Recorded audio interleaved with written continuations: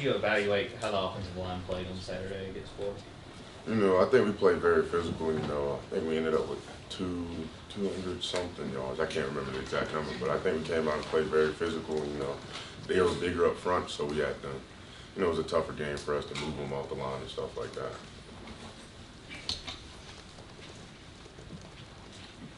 Warren, speaking of which, when Kenny McIntosh had that fumble, but he came back and just ran like a crazy man. What did that do to fire you guys up front?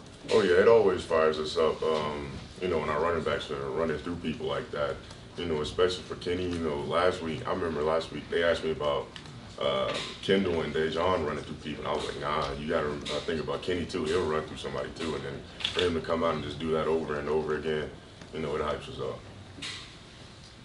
Warren, how important is it to control the offensive line this game versus Tennessee with such a potent offense on the other side of the ball? Having an efficient run game, not putting our defense back out there, not having 3 and outs, that's always the goal, with whatever team we're playing. So just having an efficient run game, be able to control the line of scrimmage and stuff like that.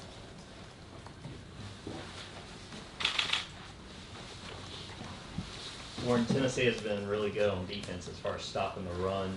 What does that challenge present going up against that defensive line this week? Well, it's always a challenge. Any team we play in the SEC, it's always a challenge. Their defensive line is always pretty good. Just going into this week, is watching film and seeing what they do, their tendencies and stuff like that, and figuring out the best way to attack them.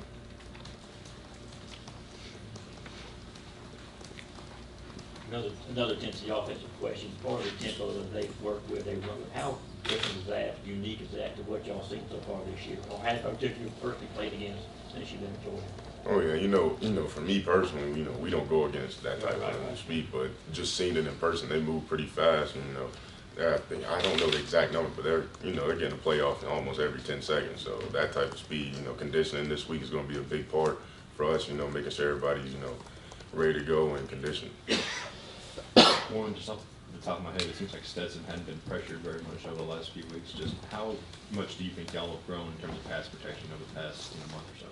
Oh yeah, especially in the beginning of the season, we weren't, protecting them as well as we needed to, and we had to, go back and look at ourselves and say that, that's not the offensive line that we want to be, and we have to protect them, in order for our offense to, head in the right direction. So we've been taking a lot of pride in that, and been working on it in practice and training. Well, I know it's just another game on the schedule, but it is #1 versus #2 in Athens. It's going to be an incredible crowd. I mean, have you thought about what this environment's going to be like this weekend? Oh, it's going to be crazy, I'm thinking back to, the Arkansas game last year, the Kentucky game, or maybe even back to my freshman year, the Notre Dame game, how that crowd was, And I'm expecting, the fans to be full fans, It's going to be a fun game. I'm looking forward to it. Kirby tweeted out yesterday, if you can't talk by the time you leave, you haven't yelled enough. How do the fans impact the game outcome overall? Oh yeah, especially when their offense is out there, for them to communicate, if the fans are going crazy, it's hard to, hear. Sometimes you'll be sitting there, you can't hear the guy next to you talking, so the fans definitely play a huge part in that.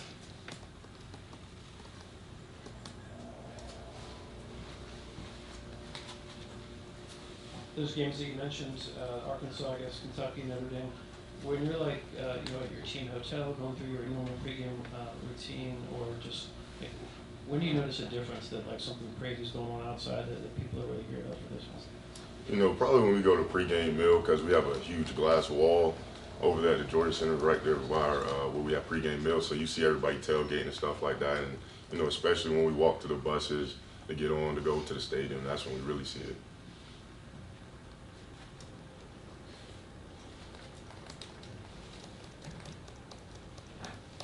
Any more questions for Warren?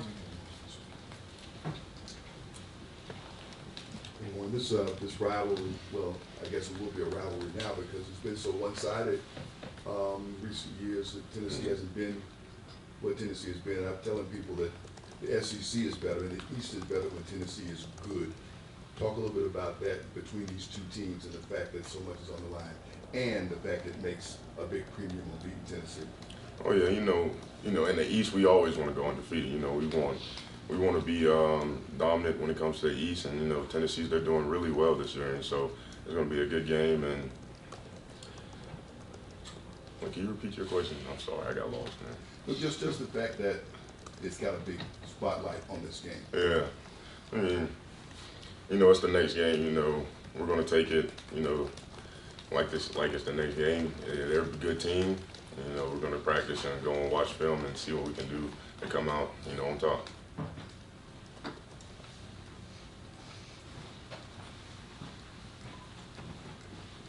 Is it harder for a guy your size to try to get on a loose ball when Kenny fumbles like that to go from where you are to, you know, versus some of those little guys that can scoot? Yeah, you know, in practice we've done the fumble recovery drill, but it's different in the game. You know, things are happening way faster. And, you know, I thought I had it, but I didn't.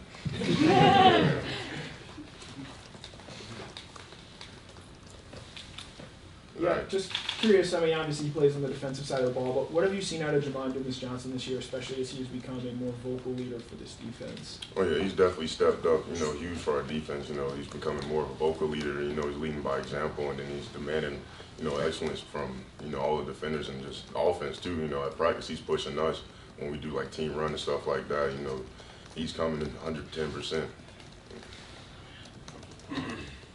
Going back to Saturday's game, obviously 2 uncharacteristic turnovers early in that third quarter got him back in the game. What was the talk on the sideline and in the huddle just to bounce back and score the next drive? You know, just staying focused, you know, staying composed. You know, things didn't go our way, those back-to-back turnovers, and so, you know, just staying composed and, you know, keeping our heads straight and getting back to work. Again, back to Saturday. What's it like going up against a former teammate in Brandon Cox? You know, it's always good to see Brandon, you know, even though he chose to leave here and go to Florida. But, you know, he's a good player, and it was fun going against him again. Any more for Warren? All right, thank you. Thank you. Thank you, Warren.